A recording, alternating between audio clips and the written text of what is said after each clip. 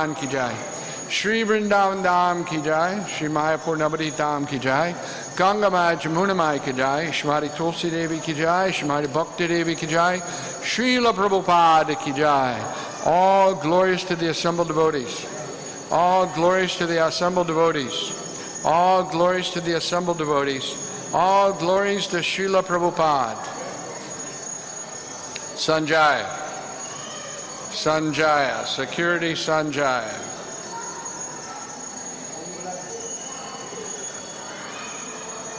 Reading from Srimad Bhagavat Gita, Chapter 5, entitled Karma Yoga, Action in Krishna Consciousness. Text number 13. Om Namo Bhagavate Vasudevaya. Om Namo Bhagavate Vasudevaya. Om Namo Bhagavate Vasudevaya.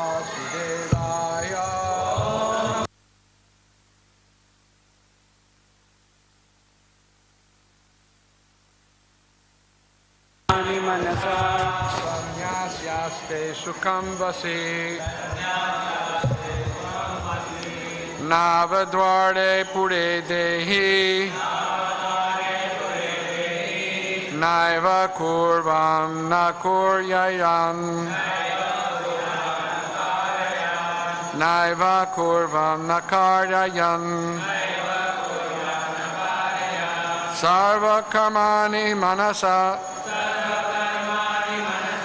Sanyasyaste sukham vasi Navadvare pure dehi Naiva kurvana kardayam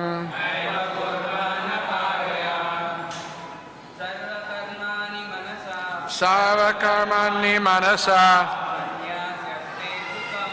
Sanyasyaste sukham vasi Navadvare pure dekhi Naiva karvana kardayam Sarva karmani manasa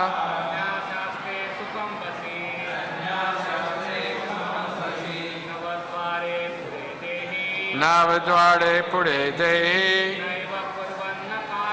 Naiva karvan karayan Sarva all Karmani activities Manasa by the mind. Sanyasya, giving up. Aste, remains. Sukham, in happiness. Vasi, one who is controlled. Navadvare, in the place where there are the 9 gates. Pure, in the city. Dehi, the embodied soul. Na, never. Eva, certainly. Kurvan, doing anything. Na, not. Karayan, causing to be done. When the embodied living being controls his nature and mentally renounces all actions, he resides happily in the city of 9 gates, the material body, neither working nor causing work to be done. Purport: the embodied soul lives in the city of 9 gates. The activities of the body, or the figurative city of body, are conducted automatically by its particular modes of nature. The soul, although subjecting himself to the conditions of the body, can be beyond those conditions if he so desires. Owing only to forgetfulness of his superior nature, he identifies with the material body and therefore suffers. By Krishna consciousness, he can revive his real position and thus come out of the embodiment Therefore, when one takes to Krishna consciousness, one at once becomes completely aloof from bodily activities. In such a controlled life, in which his deliberations are changed, he lives happily within the city of 9 gates. The 9 gates are mentioned as follows. Navadvare Puradehi, Hangso Lelayate Bahi, Vasi Sarvasya, Lokasya, Ata Varasya, Charasya Cha. The Supreme Personality of Godhead, who is living within the body of a living entity, is the controller of all living entities all over the universe. The body consists of 9 gates, 2 eyes, 2 nostrils, 2 ears, 1 mouth, the anus, and the genitals. The living entity is in his conditioned stage, identifies himself with the body. But when he identifies himself with the Lord within himself, he becomes just as free as the Lord, even while in the body. Svaitashvatara Upanishad 3:18. Therefore, a Krishna-conscious person is free from both the outer and inner activities of the material body. Om Ajnanatimirandasya Jnananjana Chalakaya Chakshur Unmilitam Jena Tasmai Shri Gurave Namaha Mukam Karoti Vachalam Pangum Langayate Gidim Yat Kripa Taraham Bande Shri Gurun Dinataranam Paramananda Madhavam Shri Chaitanya Ishvaram. So, this verse is describing how a Krishna-conscious person relates to the body. A person that is interested in sense gratification is convinced of being the body, right? Just like in someone identifies as being, I'm an American, I am Indian, I am Sindhi, I am Gujarati, I am a Marwari, right? So you try to convince that person, no, you're not an American. What do you mean? I'm American. I have a passport. I have a U.S. passport, right? It has my photograph in it. I'm American. But actually, he's not an American, not an Indian, none of these identifications. Those are all to do with the body, right? So here Krishna says, one living within the city of the 9 gates, right? In the old days, the cities used to have walls around them. You can go to some cities and still see the old walls and some of the gates, right? Like in Delhi, there's the Ajmeri gate, right? So that means there was a wall around the city, and that was the gate that led to Ajmer. Ahmedabad also, same. There's some gates. So this body is it's like a city, right? And actually the gates are holes. There's 9 holes in the body. 2 ears, 2 eyes, 2 nostrils, 1 mouth, 1 genital, 1 anus, right? These are holes.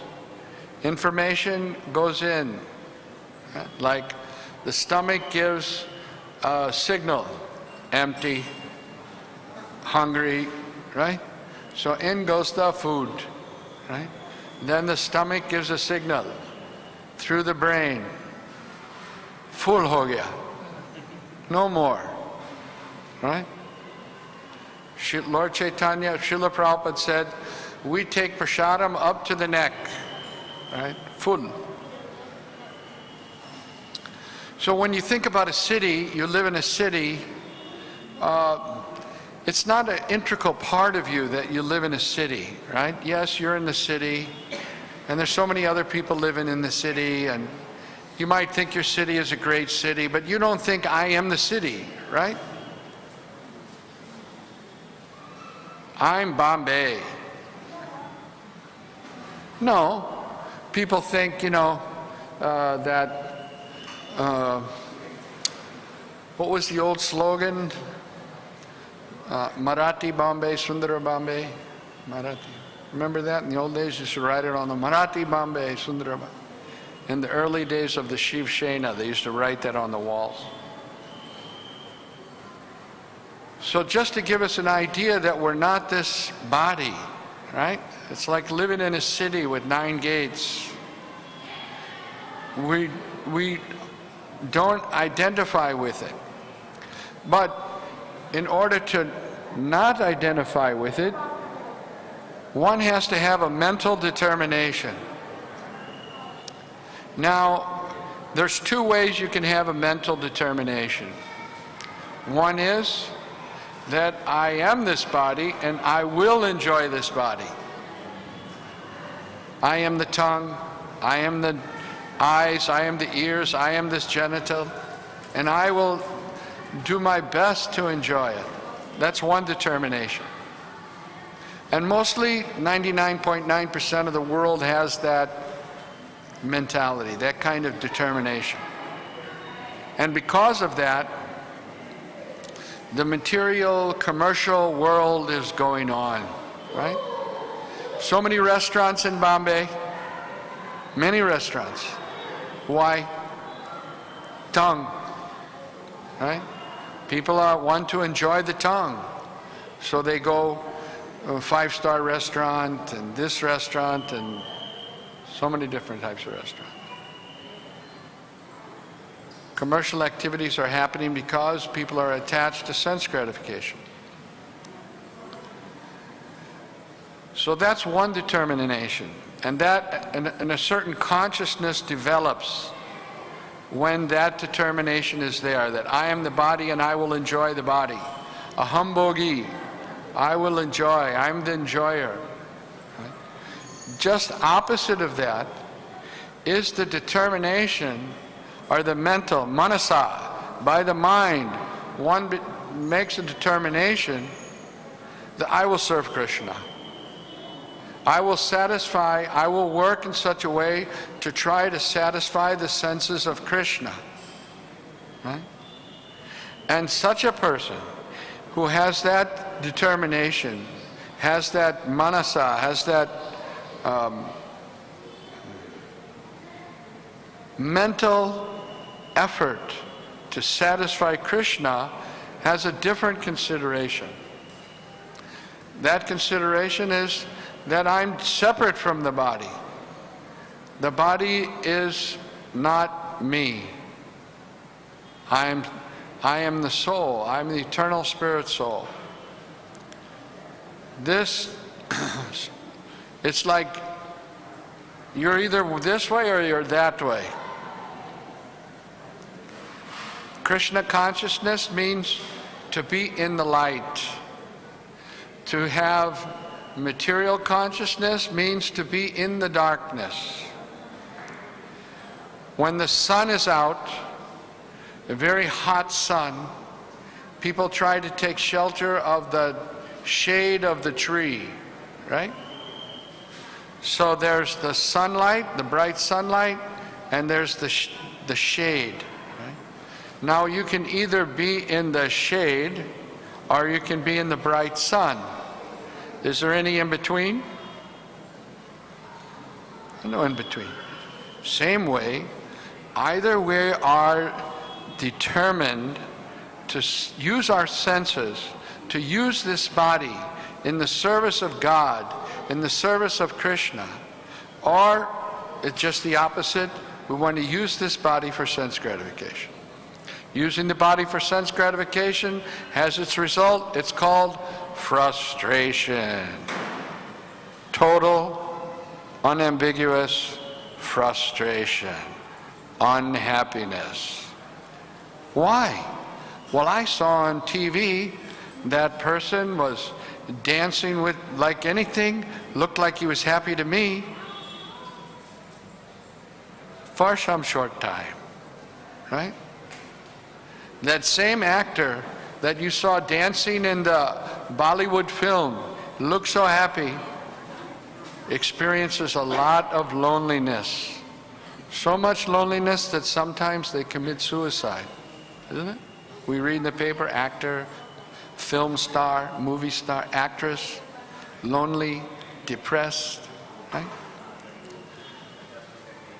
But it looks like, from a casual viewer of the Bollywood film, that everybody's really enjoying in that film, right? But material life is not like that. And even if it is, it's only for a short time. Because the body, it doesn't last, right? You grow old. In the old age, the senses don't work. Can't hear so well, right?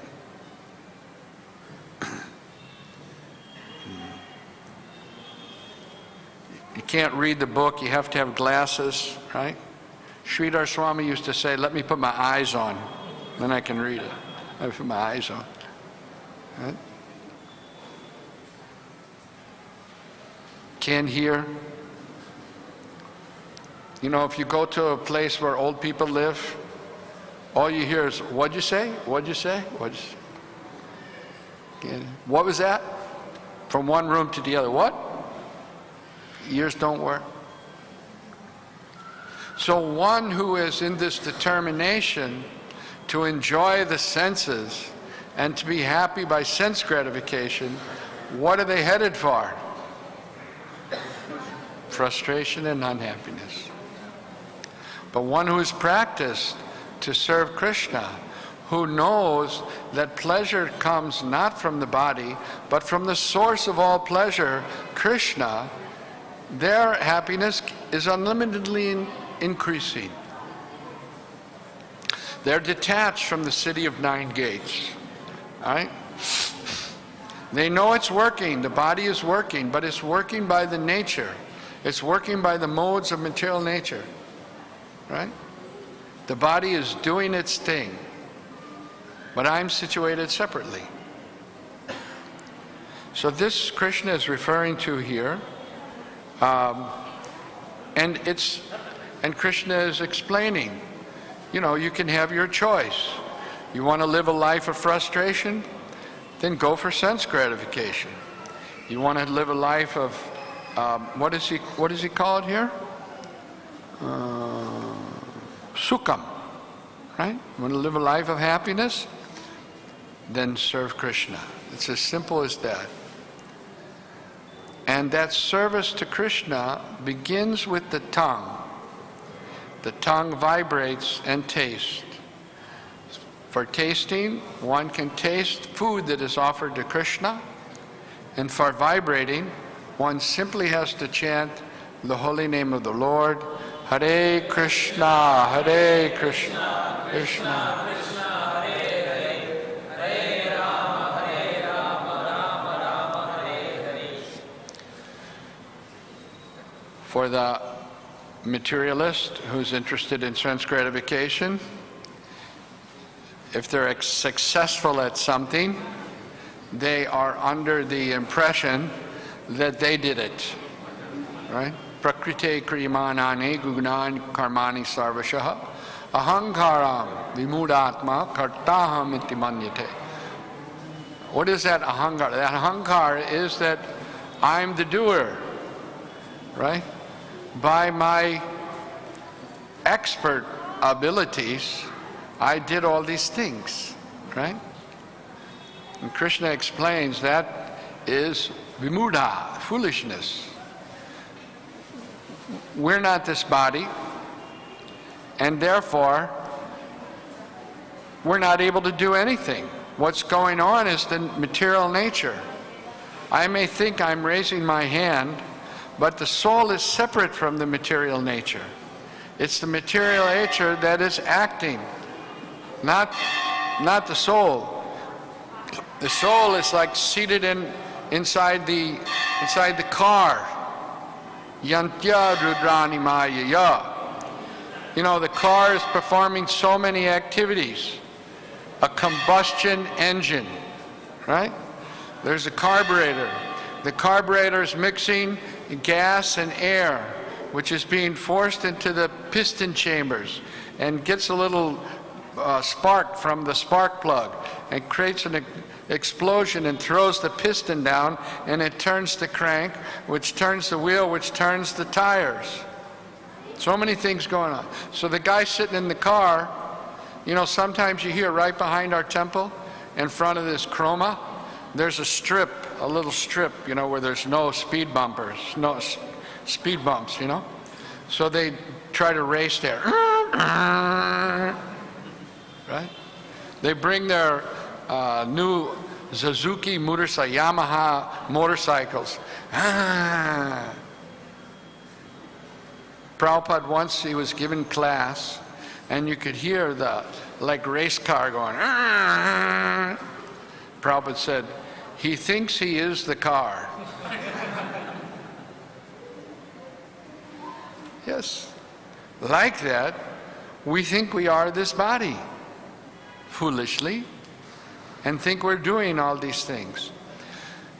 If you're working for Krishna, then Krishna will enlighten us. The Lord will enlighten us that we are not this body, that we are working differently. The body is working by, it's the energy of Krishna. It's doing things. And there'll be a result from that. And that also is dependent on Krishna. But only if you're Krishna conscious. Only if you're doing things for the pleasure of Krishna. If you're doing things for sense gratification, another result will come. Attachment. As soon as you become attached, there's fear, bhaya. Right? What is that bhaya? What is that fear? That fear is the underlying subconscious understanding that one day this body will be finished. It's inevitable. No one can avoid it. No matter how good your medicine doctor, the best doctor in Bombay, the best medicine, still, what is the death rate? 100%. Everyone's going to die. Huh? So that frustration is in everyone's consciousness. Who wants to enjoy this material body? And just opposite to that, a devotee of the Lord who's rendering service to Krishna, understanding that this material nature is Krishna's energy. It's working according to his arrangement, not my arrangement. He's free from fear. Abhaya. Srila Prabhupada's name was Abhaychanan. Right? What that means? At whose feet you can become free from fear? At whose feet you can become free from fear? Krishna, the Supreme Lord. If we go to the feet of Krishna, then we can become free from fear. Otherwise, this material world is a very dangerous place. So much danger. Last 10 months, 11 months, so many people are dying, and everyone is afraid. It's a fearful place, dangerous place. Just now, people are starting to go out and move around. There'll be some other thing after this, there'll be some other thing, and then some other thing. Fear. But who can be fearless? Only those persons that have their consciousness fixed in Krishna, that have their senses actively engaged in the service of Krishna. They are fearless. Fearless. So, that's the sum and substance of this verse. Are there any questions?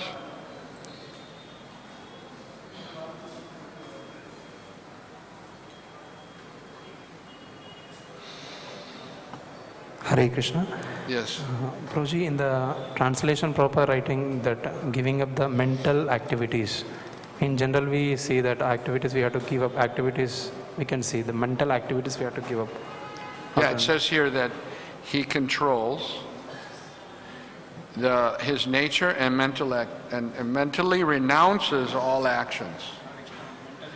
Mentally means, like I explained in the lecture, that renunciation means making a determination to serve Krishna. That's real renunciation. Not that you don't do anything. The body, we have a body. The body has senses. They require engagements. If we engage the senses in Krishna's service, that's the renunciation. Not doing anything is not renunciation, right? But doing things in the service of Krishna, making that determination that from now on I will serve Krishna. So a person who does that, Krishna takes charge in their life, right? A person who's not determined to serve the Lord, but wants to serve the senses, becomes he has to face the reaction of his activities, good or bad, right? Bad, of course, we can understand. We don't want to suffer, so we don't want to do bad activities. But one will be forced to do bad activities because they will strictly be under the control of the three modes of material nature. Strictly, right? And they'll do so many things that they didn't intend to do. It seems like, as Arjuna explains, it's almost as if they did it by force. But yes, they were forced. They were forced by lusty desires, controlled by the three modes of material nature, to do so many things. It's only when the senses are engaged in the service of Krishna, and when the mental determination is there to please Krishna, that we don't have reactions, good or bad. We have what Prabhupada calls Krishna karma, Krishna reactions. Then we can live peacefully without any anxiety. Is that okay? Any other questions?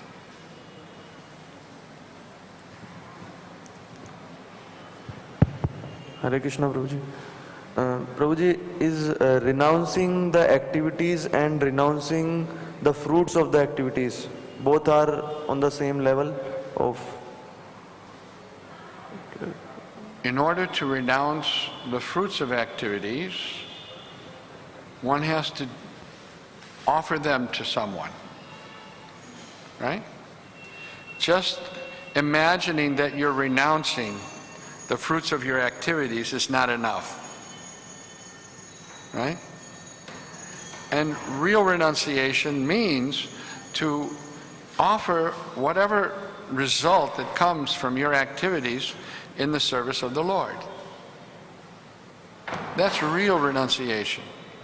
The other renunciation is kind of artificial. Because what can you renounce? You can renounce what you have. But if you don't own anything, near mama, what will you renounce? You know, Prabhupada gives the example of the 100 rupee note on the street. And one guy comes by and says, I renounce that. I don't want that. Hare, it's not your 100 rupees. How are you renouncing it? So the Mayavadis, they're like that. The body doesn't belong to them. The mind doesn't belong to them. Right? So they think they're renouncing something, but they're not renouncing anything. They don't own anything to renounce. It all belongs, it's all the energy of God. Real renunciation. So that our renunciation is not so firm. It's artificial. Real renunciation is to recognize that whatever there is the energy of God, and it should be used in God's service. Like the person who finds the note and says, well, this must belong to somebody. I should find out who owns it. That's called Nirbandha Krishna Sambandhe Yuktam Vairagi Uchite. using everything in the service of Krishna for Krishna's pleasure. We see that in the life of Srila Prabhupada. Srila Prabhupada engaged whoever it was in Krishna's service. He was serving Krishna, and if you were with him, he would engage you in serving Krishna. And he didn't make any distinction. Anyone that came, he would try to engage them in Krishna's service. We read from the Lilamrita, right? I mentioned this before. Jamuna was there, came to her sister's wedding, right? And Prabhupada was cooking the feast for the wedding. Now normally sannyasis, what they have to do with weddings? They're renounced, right? But here Srila Prabhupada was cooking for the wedding. And he engaged Jamuna, right? At that time she didn't know anything. She stepped outside while she was cooking to have a cigarette. But Srila Prabhupada, very patiently, very tolerantly, instructed, okay, when she got back, wash your hands, and taught her how to cook. So this is engaging everything and everyone in the service of Krishna. If you read the life of Srila Prabhupada in Lilamrita, you get an idea how that engaging everyone in Krishna's service. Srila Prabhupada was very expert. Pure devotees are expert at so many things, but mostly at engaging others in Krishna's service.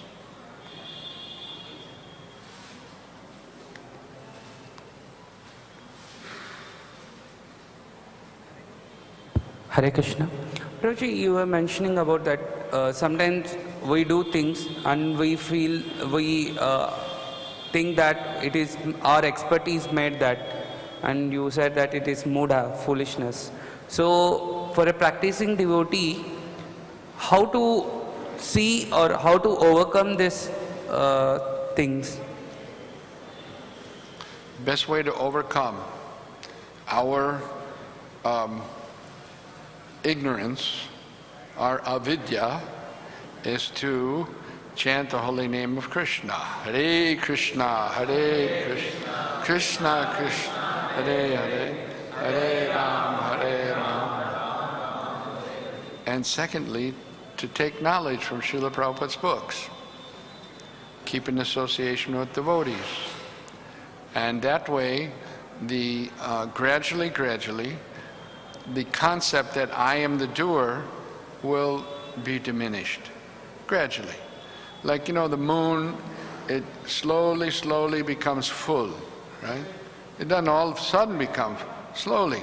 So one's Krishna consciousness increases, and at the same time one's avidya decreases, or ignorance decreases. Desire for sense gratification decreases. Right? When you go to buy sabji in the market, the guy puts the scale up and he throws a weight on there, and then he throws the sabji on that, and 1 kilo, okay, right? Now, in the same way, when we have material desires, right?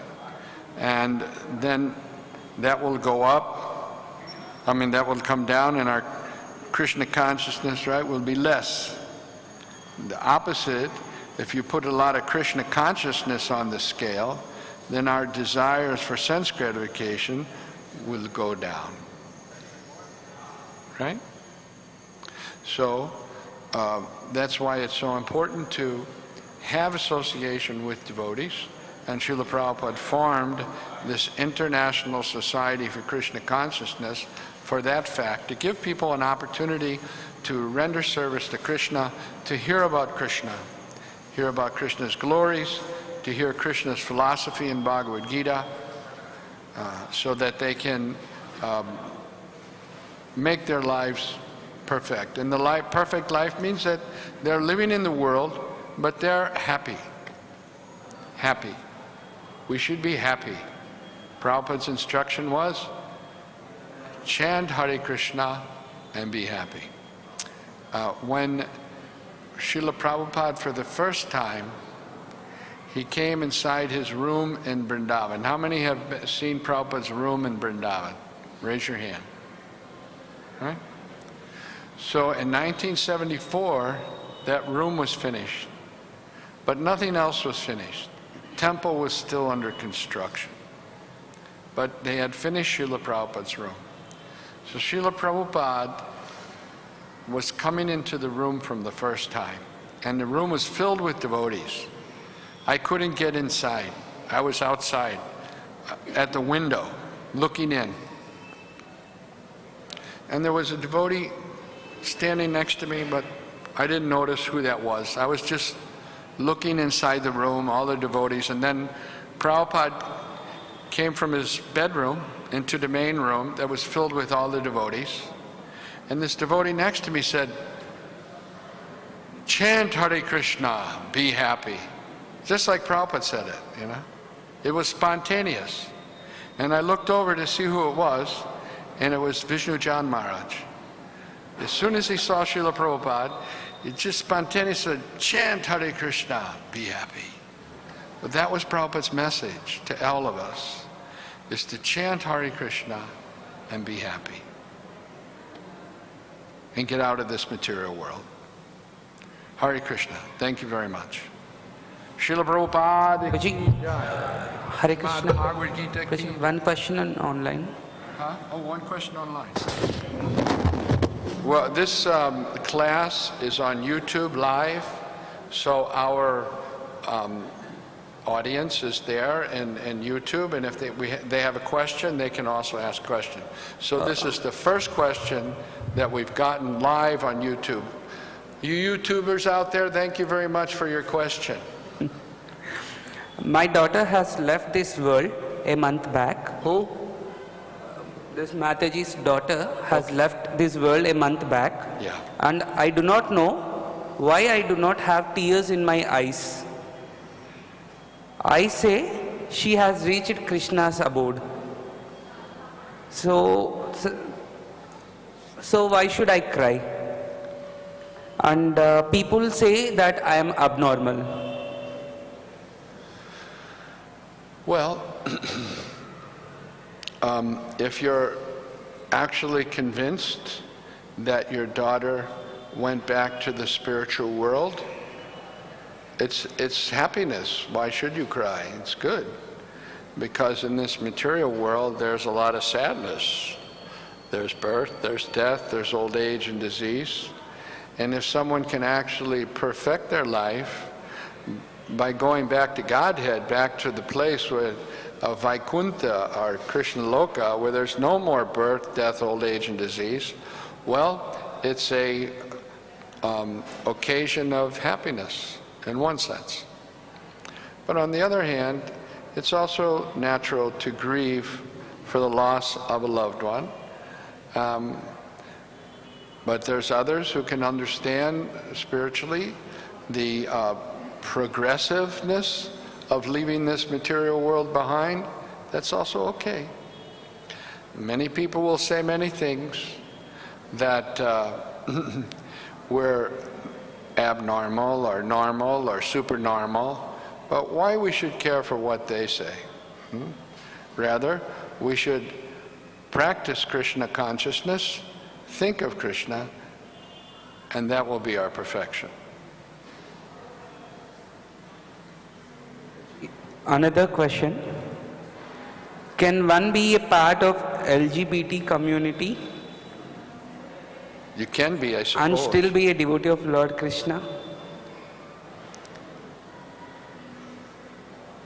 Our prescription for being a devotee of Lord Krishna is that one will chant the name of Krishna.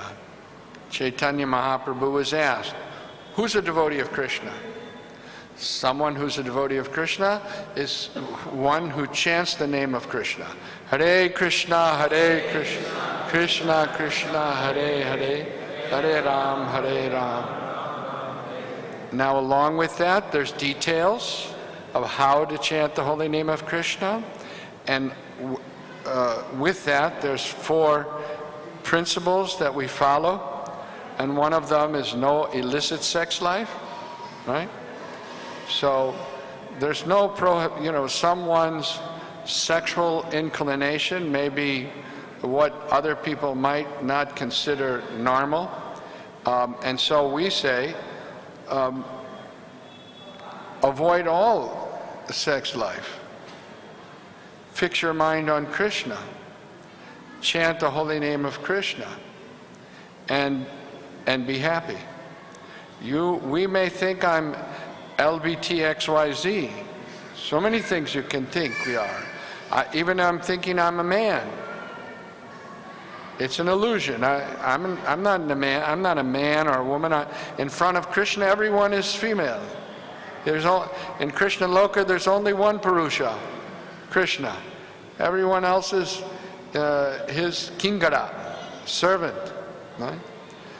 So we have roles that we follow, what's considered normal. Nowadays, there's a lot of extra normal roles that people play. We don't deride them, but it's the same thing.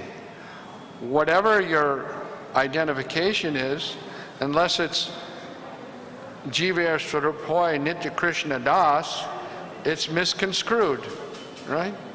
So our process is chant the holy name of Krishna, follow the regulated principles of devotional service, so that we can understand our true identity, which is the eternal servant of Krishna.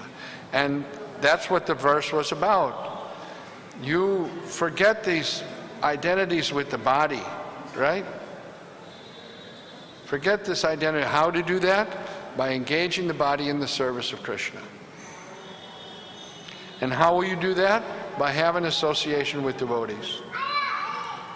Get fixed up with association, and whatever your whatever your identification is, it's false anyway, so it'll melt away in time.